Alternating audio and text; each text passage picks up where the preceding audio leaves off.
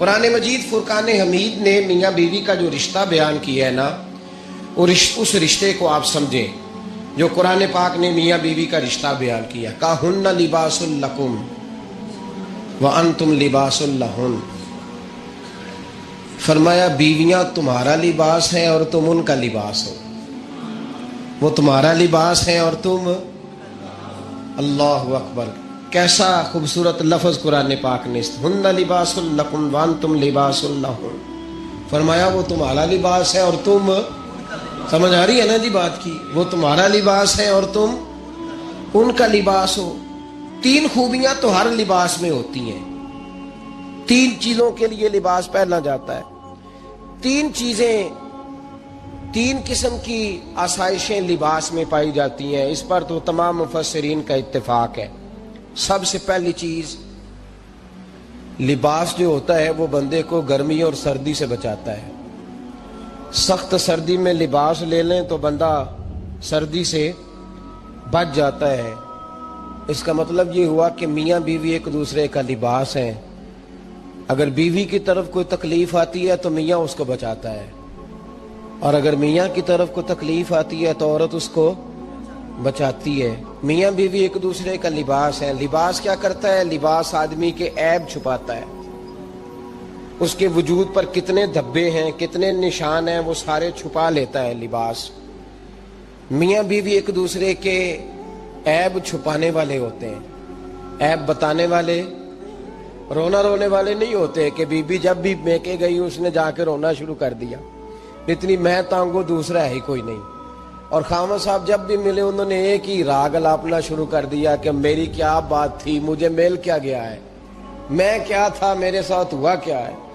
تو لباس ہیں، ایک دوسرے کا عیب چھپائیں گے، بولیے ایک دوسرے کا عیب چھپائیں گے، ایک دوسرے کی غلطیوں کی پردہ پوشی کریں گے۔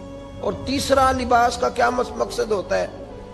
لباس شخصیت کا آئینہ دار ہوتا ہے۔ لباس آدمی کی اچھی اور خوبصورت طبیعت کا حصہ ہوتا ہے۔ جو لباس ہوتا ہے وہ انسان کو زینت بخشتا ہے، خوبصورت کر دیتا ہے۔ داڑھی والا آدمی ننگے سر پھرے تو خوبصورت نہیں لگتا، ٹوپی پہن لے تو بڑا پیارا لگتا ہے، ٹوپی پہنے تو بڑا، اور اگر امامہ باندھ لے تو نور نالا نور ہونا شروع ہو جاتا ہے۔ اللہ کرے آپ خوش ہو جائیں، آمین تو کہہ دیں، اور اللہ کرے فجر کی نماز آپ امامہ باندھ کی پڑھ لیں، آمین تو کہیں۔ چلو کوئی جنہ دی داڑھی نہیں ہونا رکھنی چاہیے، جنہ دی نہیں ہونا نو موضوع نہیں تھا، پر ہماری بھی مجبوری ہے، داڑھی آئی جاتی ہے، ہر موضوع میں شامل ہو جاتی، رکھنی چاہیے۔ سب یاد رکھیں، لباس آدمی کو زینت دیتا ہے۔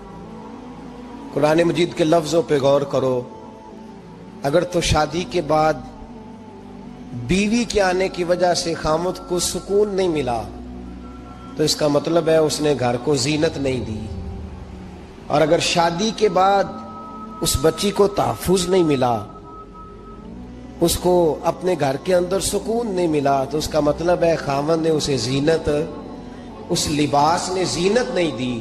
میاں بیوی ایک دوسرے کا لباس ہے۔ اس مقدس رشتے کو اسلام نے باندھا، اور لباس کہہ کے باندھا۔ میرے رسول کریم علیہ الصلوۃ والسلام نے پہلے تو خارجی لوگوں کو منع کیا ہے۔ میری ذاتی رائے یہ ہے کہ میاں بیوی کی ذاتی لڑائی کوئی بھی نہیں ہوتی، ذاتی لڑائی، میری باتوں کی سمجھ تو آ رہی ہے نا آپ دوستوں؟ کوئی نہیں آ رہی؟ اللہ جزا دے آپ۔ میاں بیوی کی ذاتی لڑائی کوئی نہیں ہوتی۔ ہوتا پتہ کیا ہے؟ لڑکے سے پوچھیں کہ بتائیں جناب کیا حال ہے، تو کہتے ہیں بیوی میری صحیح ہے، اس کے گھر والے نہیں صحیح۔ سنا ہے آپ نے بھی کبھی یہ لفظ؟ تو اسی طریقے سے اگر لڑکی سے پوچھیں کہ تیرا کیا حال ہے، تو کہتی ہے خامن تو میرا دھیان رکھتا ہے، اس کی اماں نہیں خیال رکھنے دیتی۔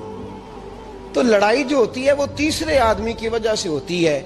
تیری اماں آئی تھی تو اس طرح کہہ گئی، تو تیرا بھائی آ گیا تھا تو وہ یہ کہہ گیا، تیسرے فرد کی وجہ سے۔ میرے نبی کریم علیہ الصلوۃ والسلام نے تیسرے بندے کو سمجھایا ہے، تیسرے فرد کو حضور نے سمجھایا ہے۔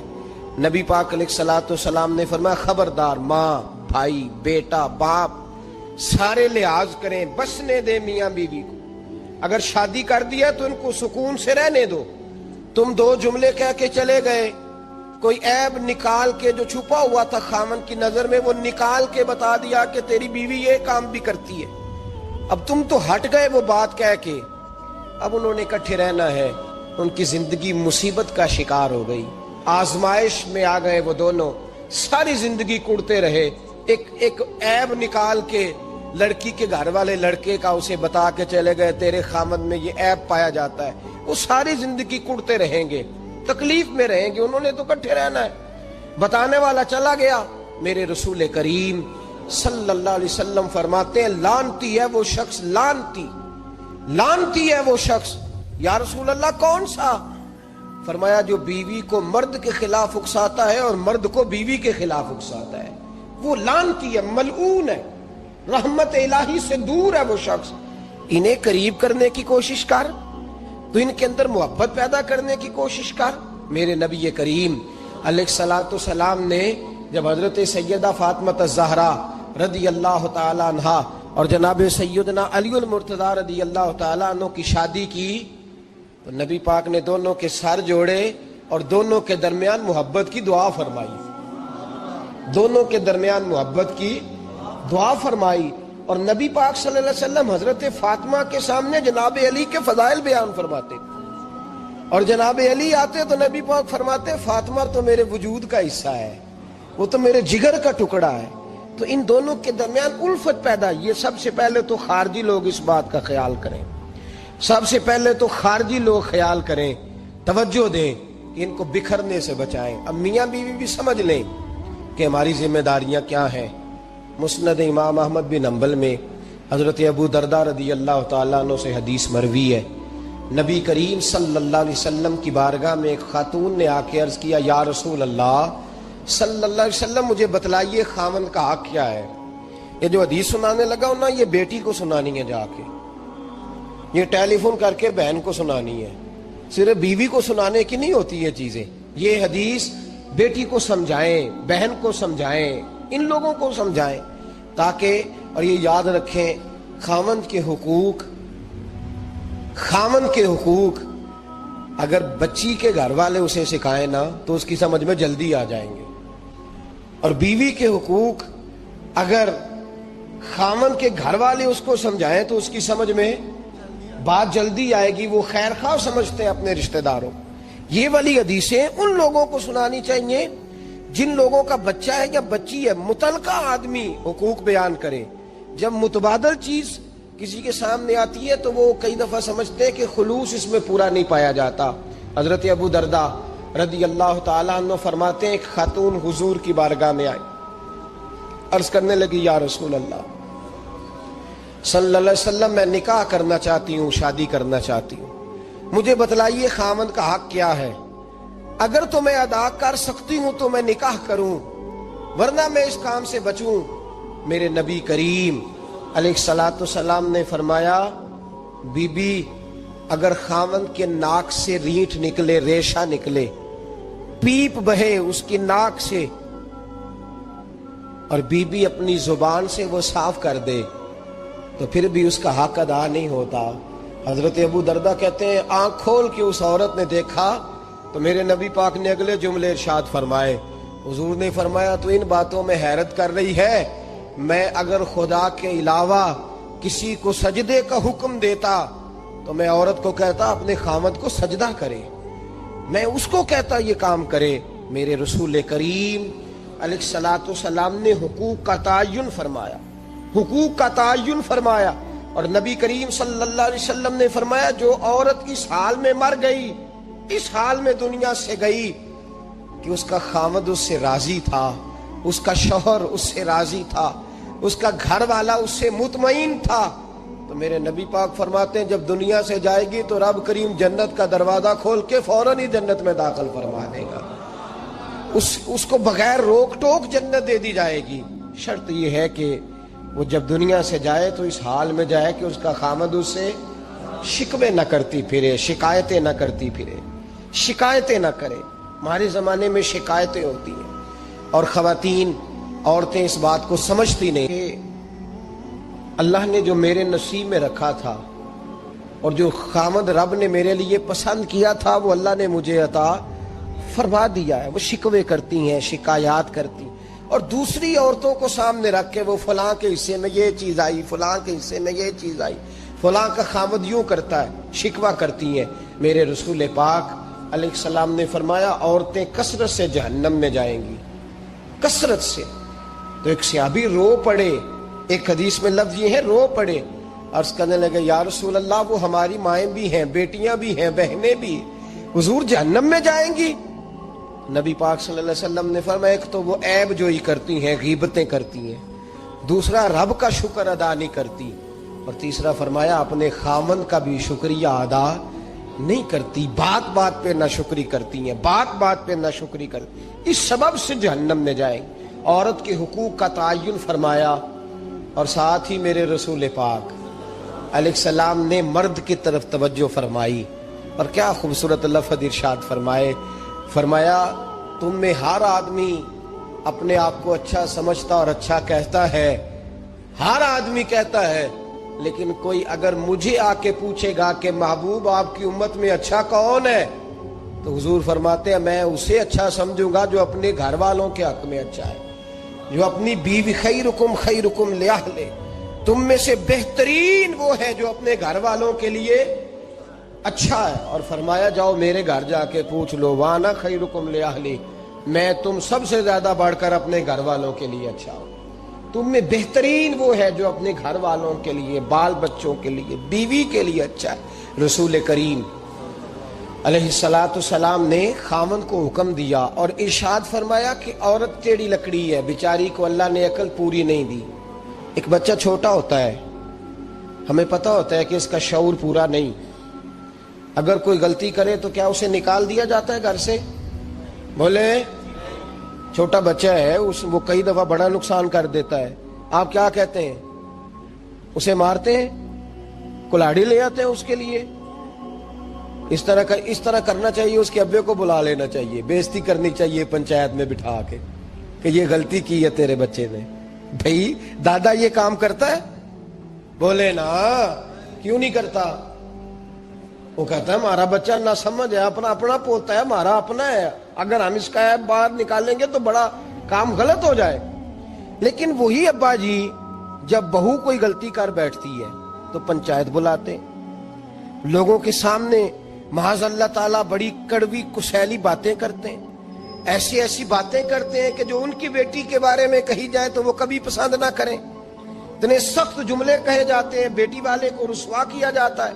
میرے نبی کریم علیہ السلام نے فرمایا یہ ٹیڑھی لکڑی ہے, بیچاری کو اللہ تبارک و تعالیٰ نے اپنی حکمت کے تحت عقل عطا فرمائی ہے. تم اگر چاہو گے سیدھی کرنا تو یہ ٹوٹ جائے گی, سیدھی نہیں ہوگی. حضور کیا کریں؟ فرمایا اس کے ساتھ گزارا کرو, اللہ تمہیں اجر عطا فرمائے گا. اس کے ساتھ وقت گزارو, اللہ تمہیں اس کا, یہ ذہن بنانا چاہیے خامن کو کہ یہ, اور خامند کی ذمہ داری ہے. اعلیٰ حضرت رحمت اللہ علیہ نے فتاوی رضویہ کی 24ویں جلد میں بالتفصیل لکھا ہے. آپ فرماتے خامند کی ذمہ داری ہے عورت کو کپڑا فراہم کرنا, روٹی فراہم کرنا, رہنے کے لیے گھر دینا, نان نفقے کا خیال کرنا. اور آپ فرماتے ہیں اگر وہ مطالبہ کرے تو ہفتے میں ایک دن اس کے ماں باپ سے ملانے بھی لے جا سکتا ہے.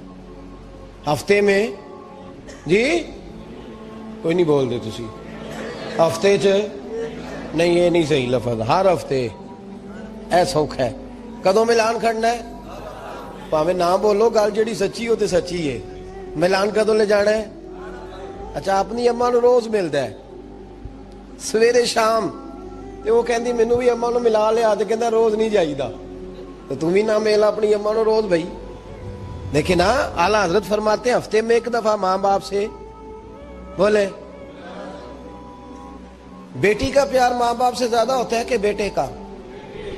تو سارے نو پتا ہے, یعنی تسی گھٹ کر دے ہو نا تاں بیٹی دا نام لیا جے. صحیح بات کر رہا ہوں؟ تو جس کا پیار زیادہ ہے اس کو روک دیا کہتے نہیں روز نہیں جائیدا, سال بعد جائیں. بلکہ ان تے اللہ خیر کرے, اللہ پاک فضل کرے, داماد صاحب کی عزت ہی نہیں نہ ہوتی, اس کو آنکھوں پہ بھی اٹھائے تو کہندے تیرے گھر دے میری عزت نہیں کردے. پتہ نہیں ہن تو عزت بھائیا کیڑی شے دا نام رکھیا ہے, وہ کیڑی ہے جڑی تینوں چاہیے ہے, اللہ ہی بہتر جانتا ہے. عزت نہیں کرتے تو لہذا میرا پروٹوکول نہیں, پھول لے کے کھڑے نہیں ہوتے گلی میں, وہ باہر نہیں نکلتے، وہ اشتہار نہیں چھاپتے کہ داماد صاحب آ رہے ہیں. اور ویسے بھی میں کہاں جاؤں، مطلب یہ کہ چپس بھی نہیں ہے، انہوں نے سنگ مرمر بھی نہیں لگوایا ہوا، تو میں کیسے جاؤں، میری شان کے خلاف. اعلیٰ حضرت فرماتے ہر ہفتے وہ بیٹی جو ہے، تو بیٹیاں بیٹیاں ہوتی ہیں.